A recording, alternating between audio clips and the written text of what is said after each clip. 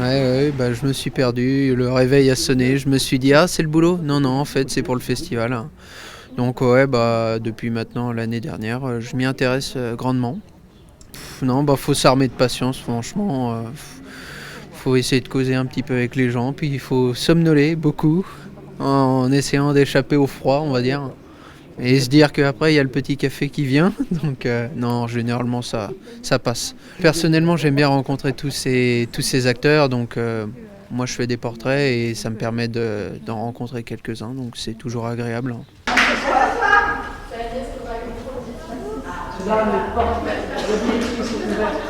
C'est toujours un grand moment, c'est un moment aussi de convivialité, un moment familial où les gens ont l'habitude d'attendre ensemble, de vérifier si leurs bons de réservation sont bien remplis, de comparer aussi les spectacles qu'ils souhaitent venir voir au Festival d'Anjou. Voilà, donc on souhaite et on aime ce moment-là parce que voilà, il est fédérateur et pour les équipes et pour le public habitué et nouveau. Le système de billetterie a évolué.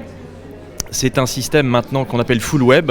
Nos spectateurs ont la possibilité, en même temps que de faire la queue, de faire la queue aussi sur Internet et dès 8h, avoir la possibilité de réserver ses places en ligne, de choisir ses places dans le gradin, de payer en ligne, d'imprimer son billet chez soi. Bref, un vrai confort finalement qui pourrait éviter de faire la queue physiquement dans l'absolu. Voilà. L'année passée, nous affichions un taux de fréquentation d'une moyenne supérieure à 90%. C'est la fréquentation que l'on attend cette année, mais encore plus ambitieuse, dirais-je, parce que autant l'année passée, il y avait un tout petit peu moins de 30 spectacles. Cette année, on dépasse les 30 spectacles proposés par Nicolas Briançon. Donc un vrai foisonnement, une vraie démultiplication de spectacles et donc plus de billets proposés aux spectateurs. Vous êtes arrivé vers quelle heure ce matin ? 4 heures. Alors, comment ça se fait que vous vous levez si tôt ?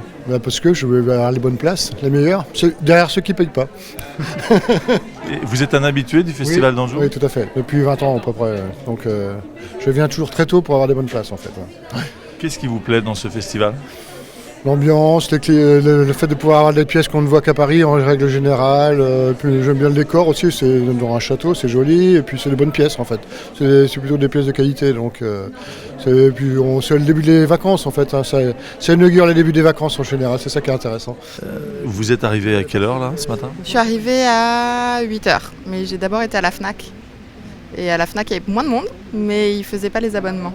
Voilà, donc je suis arrivée juste après. Vous êtes une fidèle du Festival d'Anjou ? Fidèle, non, c'est surtout mes parents qui viennent tous les ans. Alors qu'est-ce que vous avez l'intention de réserver comme spectacle, comme pièce ? Alors, il y a 3 pièces. Il y a le Dialogue des Carmélites, Les Fiancés de Loche et Les Faux British.